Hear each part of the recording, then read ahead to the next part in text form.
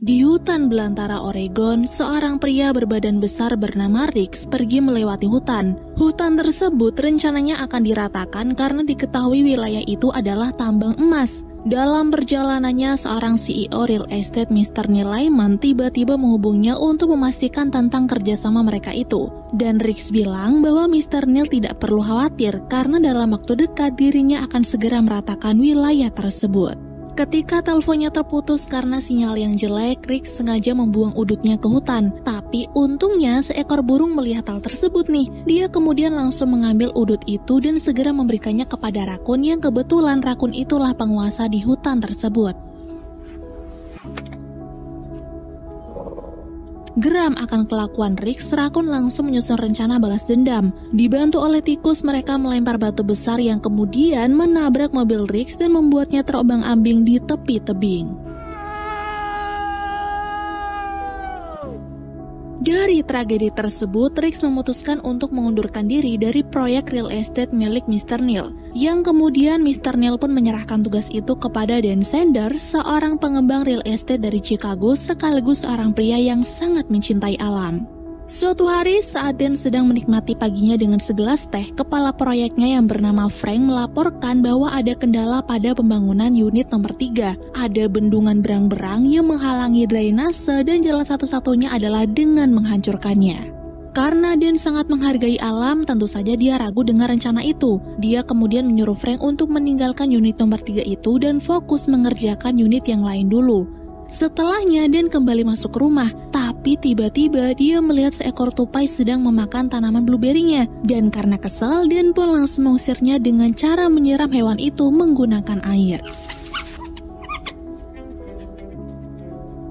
Setelah rapi karena harus menemui Mr. Neil Lyman hari ini, Dan langsung menikmati sarapan. Tapi di tengah-tengah itu anak bujangnya yaitu Tyler kembali mengeluh kenapa mereka harus pindah dari Chicago ke wilayah hutan Rocky Spring ini. Tyler bilang dia sangat merindukan kehidupan lamanya dan berharap kedua orang tuanya mengerti lalu segera kembali ke sana.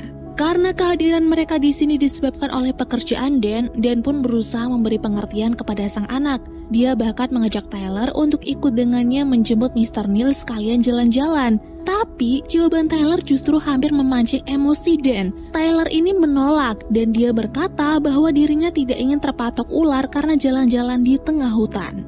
Dan kemudian segera mengemas barang-barangnya termasuk kue yang ia beli untuk ia berikan kepada Mr. Neil. Tapi ketika dia kembali ke rumah untuk mengambil tasnya, Dan tidak tahu nih bahwa rakun hutan itu sudah diam-diam masuk ke dalam mobilnya. Di perjalanan itulah akhirnya rakun tahu kalau Dan akhirnya menyetujui rencana Frank untuk menghancurkan bendungan berang-berang. Alasannya jelas, karena Dan tidak ingin ada kerugian pada proyeknya itu. Singkat cerita, sampailah mereka di Bandara Internasional Rocky Springs. Dan Dan langsung menyambut kedatangan Mr. Neil Lyman beserta dengan asistennya yaitu Felder. Untuk menyingkat waktu, Dan langsung mengajak mereka masuk ke mobilnya dan OTW ke lokasi proyek. Tapi karena Mr. Neil tahu jarak dari bandara ke lokasi butuh waktu 1 jam, dia pun menolak dan mengajak Dan untuk berdiskusi di dalam pesawat pribadinya saja. Di sana Mr. Neil pun memberitahu Dan bahwa proyek mereka bukan hanya yang sedang dilakukan Dan saat ini, tapi ada yang lebih penting lagi, yaitu meratakan seluruh hutan Rocky Springs untuk ia jadikan real estate tahap kedua dengan tambahan pusat perbelanjaan yang megah dengan tema hutan. Dengan sangat terpaksa Dan pun menyetujui proyek itu, tapi saat Dan tahu kalau ia harus menetap di rumah contoh selama 4 tahun padahal perjanjian awalnya hanya 1 tahun, Dan langsung protes. Dan memberitahu Mr. Neil bahwa keluarganya pasti tidak akan mau untuk tinggal lebih lama di wilayah hutan itu. Tapi karena menurut Mr. Neil kesempatan emas hanya datang 1 kali dan nilai proyek ini sangatlah besar, Dan kembali setuju dan akan berusaha membujuk keluarganya lagi. Alright, I'll do it. Doing the right thing, Dan. Setelah menyaksikan Dan diprotes habis-habisan sama keluarganya, Rakun kembali ke hutan dan mengajak penghuni hutan lain untuk menyusun rencana. Rencana apa? Rencana untuk menghentikan proyek Dan Sanders.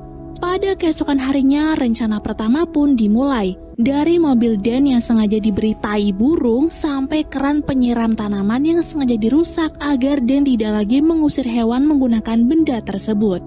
Karena penyerangan pertama belum seberapa, Rakun lanjut rencana kedua, yaitu sengaja menghadang Dan di tengah jalan hingga membuatnya tersiram kopinya sendiri karena ngerem mendadak. Sebenarnya Dan tidak ingin menyakiti Rakun itu, tapi karena Rakunnya tidak mau pergi padahal Dan sudah berusaha mengusirnya, Dan terpaksa melakukan hal gila, yaitu akan menabraknya. Ternyata Rakun sengaja membuat Dan melakukan hal itu agar dia terkena jebakannya. Tapi karena di waktu yang sama tiba-tiba Mr. Neil menelpon, Dan pun langsung menghindari batu itu hingga menabrak tiang rambu dan membuat airbagnya terbuka. Tidak hanya itu, Cok. Ketika Dan keluar untuk mencari sinyal, dia malah jatuh dari tebing dan hal itu membuat Rakun sangat senang. Di rumah, Tammy mulai panik karena ia mendengar kabar bahwa dia tidak kunjung sampai di tempat Mr. Neil. Padahal di lokasi proyek hanya ada Frank dan anak buahnya. Di saat Tammy bingung kemana perginya sang suami, pihak keamanan perusahaan Lyman yang ditugaskan untuk menjaga properti wilayah itu tiba-tiba datang sambil membawa mobil milik Dan. Pria bernama Wilson ini berkata bahwa ia menemukan mobil dan HP Dan Sanders ada di hutan, sedangkan Dan Sanders sendiri tidak diketahui ada di mana. Di sini Wilson mencurigai Tammy telah melakukan pembunuhan kepada suaminya sendiri. Tapi untunglah kecurigaan itu tidak berlangsung lama, karena beberapa saat setelahnya Dan kembali ke rumah dengan keadaan tubuhnya yang tidak karuan. Melihat keadaan Dan seperti itu, tentu saja Tammy dan Tyler sangat khawatir. Tapi karena faktanya Dan lebih mengutamakan pekerjaan daripada keadaan dirinya sendiri, mereka pun kesal dan langsung masuk ke kamar masing-masing. Yes, sir. I know.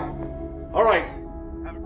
Rencana berikutnya dilakukan di malam hari. Ketika Dan baru saja tertidur, Rakun menyuruh burung gagak untuk mengetuk-ngetuk jendela kaca agar Dan terganggu sepanjang malam. Dalam rencananya, burung itu berhasil membuat Dan kesal, lalu pria itu pun terbangun untuk mengusirnya menggunakan setumpuk kertas di mejanya. Namun ketika burung gagak itu pergi dan Tammy ikut-ikutan terbangun karena Dan sangat berisik, Dan baru sadar nih bahwa kertas yang ia lempar itu adalah setumpuk tugas penting dari sekolah tempat Tammy bekerja. Mau tidak mau Dan pun keluar untuk mengumpulkan kertas-kertas itu lagi. Tapi baru saja dia kembali ke kamar untuk tidur, gagak itu kembali lagi untuk mengganggunya. Karena hanya Dan yang terganggu, Dan pun pergi ke ruangan lain. Tapi ternyata masih sama saja, Cok, karena burung gagak itu hanya ingin mengganggu tidurnya. Lalu tiba saat kesabarannya sudah habis, Dan nekat untuk menangkap burung tersebut, tapi yang terjadi adalah... Keesokan paginya, ketika menemukan Dan tertidur di talang air, Tammy pun semakin khawatir kalau ada yang salah dengan suaminya itu. Maka dari itu, dia menyuruh Dan untuk mengambil cuti dan beristirahatlah di rumah. Namun, karena Dan merasa dirinya masih baik-baik saja, dia pun menolak saran istrinya itu dan meyakinkan istrinya bahwa semua aman terkendali dan dirinya harus kembali menyelesaikan pekerjaan atau dia akan membuat Mr. Neil kecewa. Sialnya, semangat Dan hari itu kembali diruntuhkan oleh beberapa gangguan yang dilakukan oleh Rakun, dimulai dari dicabutnya kabel treadmill, kotak susu yang dilubangi, sereal yang dicampur dengan biji pohon ek, sampai beberapa sigung yang diam-diam masuk ke mobilnya hingga membuat Dan keliengan dengan baunya. Karena menurutnya bau sigung hanya bisa dihilangkan dengan jus tomat, Dan pun langsung mandi dengan berbotol-botol jus tomat itu. Tapi kemalangan kembali terjadi ketika para hewan sengaja membuang semua baju milik Dan, lalu mengganti handuk dengan kutang hingga mempermalukannya di depan para petugas proyek. Tidak peduli pakaian apa yang dikenakannya, Dan tetap berangkat untuk menemui Mr. Neil. Di sana, Dan menyuruh Mr. Neil untuk tetap di dalam pesawat, sedangkan dirinya akan memberikan laporan pekerjaan dan pengajuan sponsor pada festival hutan yang dikelola oleh istrinya sendiri. Lalu, apa tujuan sponsor itu? Tujuannya adalah agar nama perusahaan Mr. Neil semakin terlihat baik di mata orang-orang, Cok. Setelah pengajuan itu disetujui, tiba-tiba burung herring datang mengejarnya. Tidak mau dipatok, Dan pun berlari. Tapi sialnya dia berlari ke arah yang salah hingga akhirnya wajahnya bengkak karena disengat oleh sekumpulan lebah. I had a really long day. Di malam harinya, Tammy pun memberikannya ramuan obat tidur. Tapi setelah Dan bisa tidur nyenyak, dia malah mimpi diganggu oleh beberapa penghuni hutan dan melihat wajah sang istri seperti Rakun. Muak dengan gangguan-gangguan ini, keesokan paginya Dan membuat jebakan agar para hewan itu tidak bisa masuk ke dalam rumahnya. Tapi karena apa yang dikatakan oleh Dan tidak masuk akal, Tammy dan Tyler menganggap Dan mengalami gangguan jiwa dan menyuruhnya untuk segera berkonsultasi dengan psikolog. Crazy Bill! You promise! I take it back! Namun saat Dan pergi ke psikolog, Rakun dan Sigung yang diam-diam masuk ke mobilnya tiba-tiba membajak mobil itu. Dan yang menyadari hal tersebut langsung berusaha menghentikan mobilnya. Tapi karena tidak berhasil, dia dan mobil itu pun akhirnya jatuh ke dalam sungai. Sementara itu di rumah, Tyler dihampiri oleh teman barunya di sekolah. Ia bernama Amber, seorang gadis cantik yang berusaha mengajak Tyler untuk menikmati dunia luar. Ketika mereka sedang mengenal satu sama lain, terdengarlah suara keributan di luar, yang ternyata Dan pulang dengan mobilnya yang diderek. Dan Tammy semakin yakin Dan telah gila karena ia terus berkata bahwa hal ini adalah ulah dari Rakun dan para Sigung. Tidak terima dirinya dianggap gila dan berusaha membuktikannya dengan memasang kamera CCTV di depan jebakan yang telah ia pasang. Tapi beberapa saat kemudian Tyler datang memberinya sebuah buku dongeng mengenai Rakun. Dalam buku itu Dan mengetahui bahwa bukan hanya dirinya yang mencoba untuk menghuni wilayah Rocky Spring. Area itu pertama kali dihuni oleh Tuku, si manusia gua pada tahun 9000 sebelum Masehi. Lalu ada Sigurd, bangsa Viking, disusul Jedidah si kaum Puritan, dan Terran si hippie. Mereka semua tidak ada yang berhasil menguasai wilayah hutan itu karena Rakun selalu menggagalkan rencana mereka. Bukan tanpa alasan, Cuk. Karena apa yang orang-orang itu lakukan adalah salah. Sama seperti Dan yang mencoba merusak hutan lindung yang seharusnya mereka lestarikan. Sayangnya Dan tidak mau menyadari itu. Dia menyuruh Tyler untuk pergi sedangkan dirinya akan terus mengawasi CCTV. I don't know. Nah, I'm sure that's not the case. It is. Beberapa jam kemudian, tepatnya di tengah malam, perangkap Dan pun berhasil menjebak Rakun itu. Tapi ketika dicek, ternyata itu hanyalah boneka. Di waktu yang sama, Dan juga melihat sepasang mata ada di dalam semak-semak. Ia kira mata itu adalah mata Rakun yang sudah mengganggunya. Tapi ternyata Dan yang ketakutan mencoba bersembunyi di dalam toilet portable. Tapi karena hewan itu sangat besar dan kuat, toilet itu pun dengan mudah diangkatnya hingga semua tai yang ada di dalam sana membasahi tubuh Dan Sanders. Esok paginya semua orang pun saling mencari. Tammy mencari suaminya yang semalaman tidak ada di rumah, sedangkan Frank mencari toiletnya yang hilang entah kemana. Untungnya salah satu pekerja Dan berhasil menemukan toilet portable tersangkut di atas pohon. Dan ketika dibuka, semua orang langsung syok melihat Dan sudah berlumuran tai. Setelah Dan dibersihkan, Dan kembali mengejar Rakun itu ke hutan. Dia juga membawa senjata dan berniat membunuh hewan tersebut agar masalah ini cepat selesai. Namun saat tiba di sana dan saat bidikannya sudah tepat, Dan tiba-tiba merasa iba dan mengajak si Rakun untuk berdamai saja. Tapi bukannya setuju, si Rakun justru menggigit Dan hingga Wilson datang menolong Dan dengan menembak hewan tersebut. Berkat bantuan dari Wilson, Rakun dan semua hewan yang telah mengganggunya sudah diamankan dalam kandang. Alhasil Dan pun bisa menikmati hari-harinya dengan lebih tenang. Tapi ketika Amber dan Tyler jogging ke hutan dan melihat begitu banyaknya hewan telah dikurung, Amber merasa kecewa karena ini sudah termasuk penyiksaan dan Tyler harus melakukan sesuatu agar semua hewan ini dibebaskan. Tidak ingin Amber memusuhinya padahal semua ini adalah salah sang ayah, Tyler langsung protes kepada Dan dan menyuruhnya untuk menghentikan semua ini. Dan dengan frustasinya pergi ke hutan untuk melihat semua hewan itu. Dan apa yang dikatakan oleh Tyler memang benar. Rakun dan hewan yang lain hanya berusaha untuk melindungi hutan ini dan keluarga mereka yang hanya mengandalkan hutan Rocky Spring sebagai tempat tinggal. Singkat cerita, festival hutan yang disponsori oleh Mr. Neil akhirnya tiba. Seorang investor dari India yang akan melakukan kontrak dengan Mr. Neil juga ikut mengunjungi festival tersebut. Namun di tengah kemeriahan acara itu, Amber datang untuk melakukan demo. Awalnya dia hanya melakukannya sendirian, tapi karena Tyler berada di pihaknya, Tyler pun langsung membantunya hingga Mr. Neil dan investor itu mengetahuinya.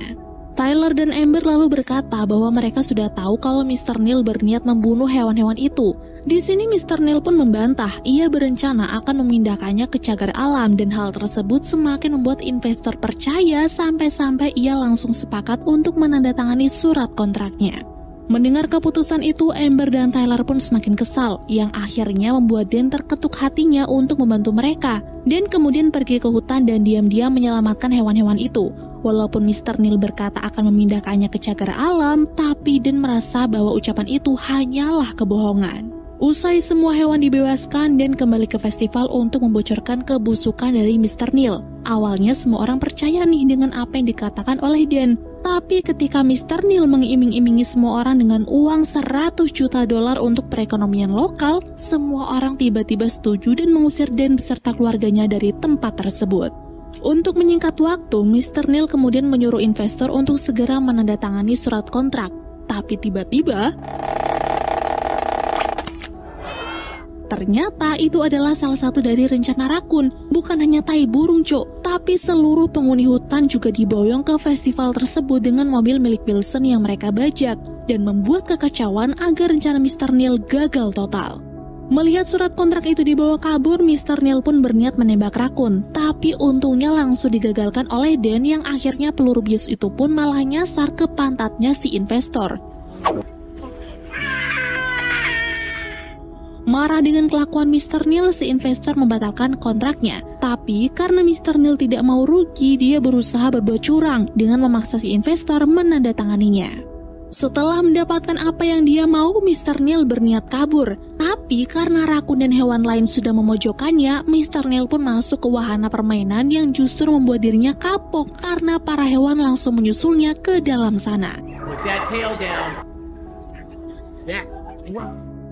Setelah situasi sudah kembali tenang, Dan pun langsung meminta maaf kepada Tyler karena dia sempat bertindak bodoh. Amber juga kemudian menyuruh Tyler untuk menerima permohonan maaf itu, sekaligus mengungkapkan rasa sayangnya kepada Dan yang tidak pernah Tyler lakukan sebelumnya.